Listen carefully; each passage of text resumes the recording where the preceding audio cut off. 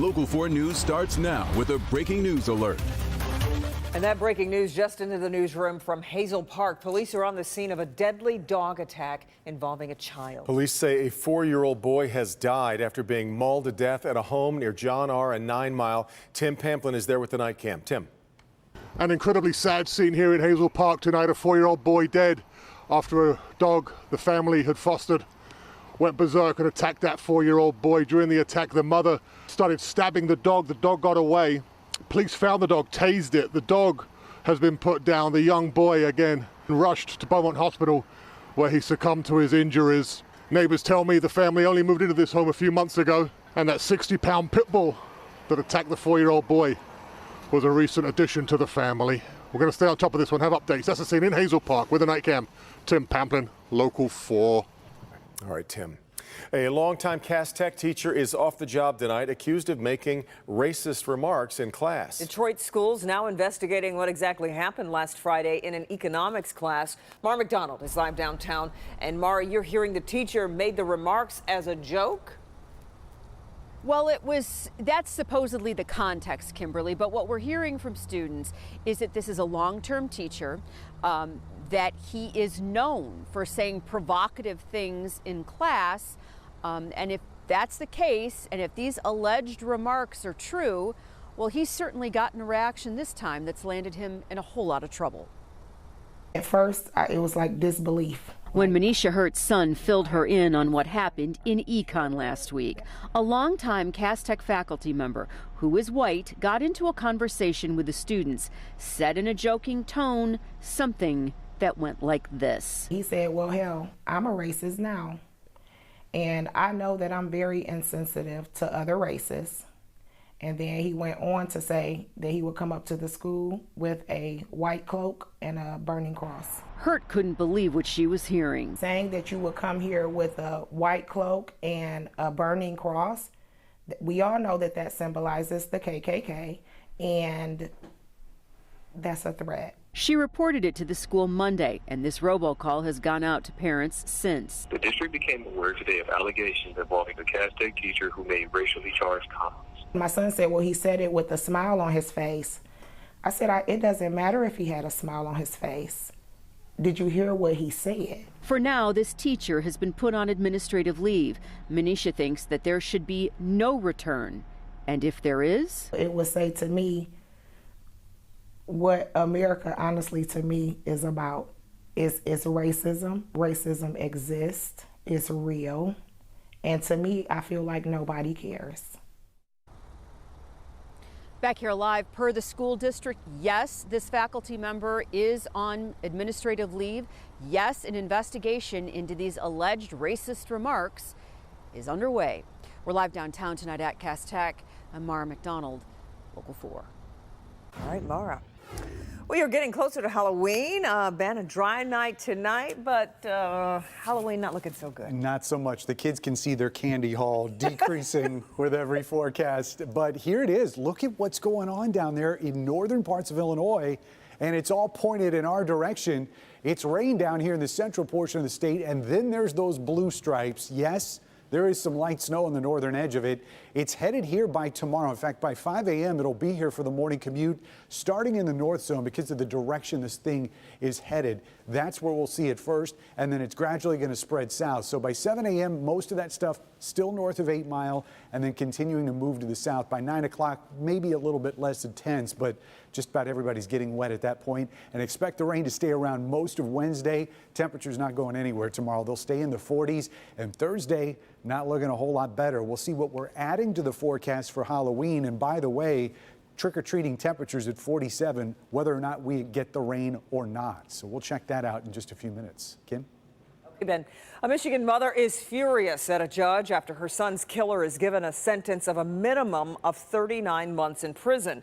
19-year-old Kyle Anger of Clio pleaded guilty to second-degree murder after throwing a rock off an overpass, killing Kenneth White back in 2017.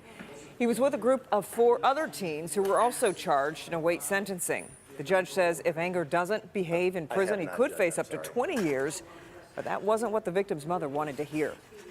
Where is the fairness here? 39 months for murder? for murder. That's what this state gives you. Are you expecting the other 4 to get the same? Do you want the other 4 to get the same? I think fairness is all, yeah, they all should get the same.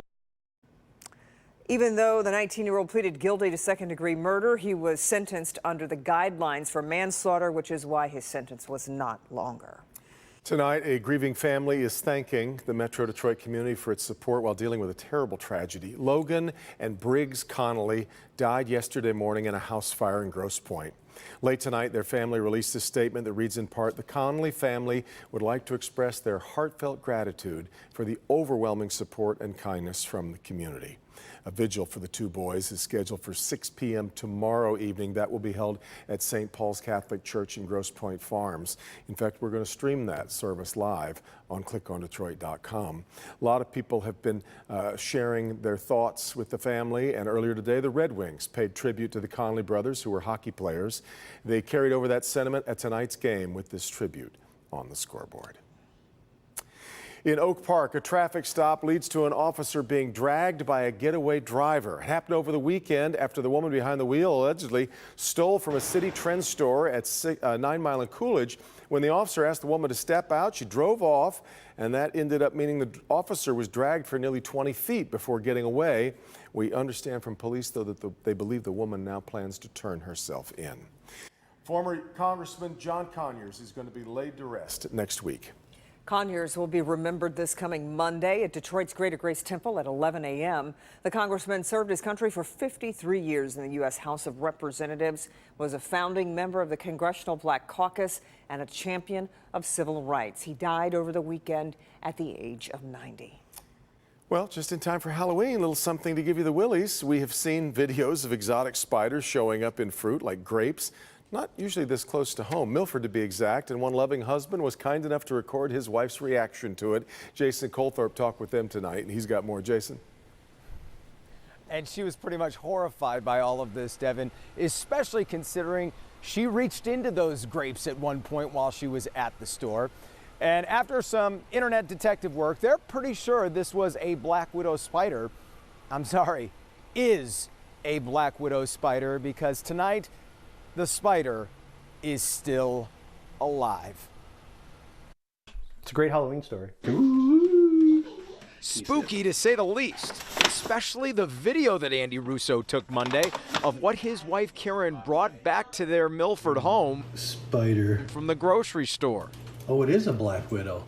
Oh my God! And just as I looked at it, it flipped over. Oh and it has a red hourglass mark on its abdomen. my God. So I went on my phone and I looked it up, and sure enough, it matched the pictures. They got an hourglass on its abdomen. They are venomous. You gotta keep an eye on it. And it looks like the venom is about 15 times more powerful than a rattlesnake. So at that point, my wife took off for the hills. You're gonna put it on the counter, are you? Andy triple bagged it and hustled it out to the garage. Let me make sure that he's not in here. Another one's not in here. And much to Karen's chagrin, the spider was still alive tonight for us to get a look at. He's got a little web going. The Russos aren't angry. They understand this kind of thing happens occasionally, but they are relieved that it's not roaming their house right now, unbeknownst to them. Yeah, you think about that, right? If it gets loose, ends up in the couch. Yeah. You know, your dogs. We've got dogs. Our kids. You know, it could go bad in so many ways, right? Yeah. So that spider's still alive in the garage tonight. They're not quite sure what to do with it. Not sure if the store wants more information, or, you know, if some biology teacher might want a special project. By the way, feel free to reach out, all you science teachers out there, if you're interested. Quite a story, though. Devin, back to you. Well, I think a lot of the people watching would have dispatched the spider by now, that's for sure. What did the grocery store have to say? We're not mentioning which store, but it's one we're all familiar with. The store did apologize and said this does happen occasionally, and they were nice enough to offer the Russos a new bag of grapes. Wasn't that great of them? I noticed that they were organic grapes. That's very much an organic creature that took a ride along. Yeah. Yes, indeed. All right, Jason. Well, let's stay with Halloween matters, right? Celebration got started earlier in Troy. Tonight, the Troy Police Department hosted its Halloween Safety Bash. The free event included a live DJ, a costume party, and plenty of candy for all the kids. Celebrations continue all week with Detroit Police hosting its Trunk or Treat event on Halloween at its 11th precinct from 4 p.m. until 7. And no black widow spiders these days. Hopefully not. A pair of thieves wanted in Macomb County. New tonight, where they pulled a gun on an unsuspecting customer. Also, it wasn't his fault, but because of what he was doing behind the wheel of his patrol car, an officer is facing some tough questions tonight. But first, she had no risk factors, got regular mammograms, but was caught off guard when she found a lump. The test then proved that the lump was not only in one breast, there was also a cyst and a lump in the other one, and it had also spread to my liver. It was the one thing she never considered, how stress may affect breast cancer risk. Next.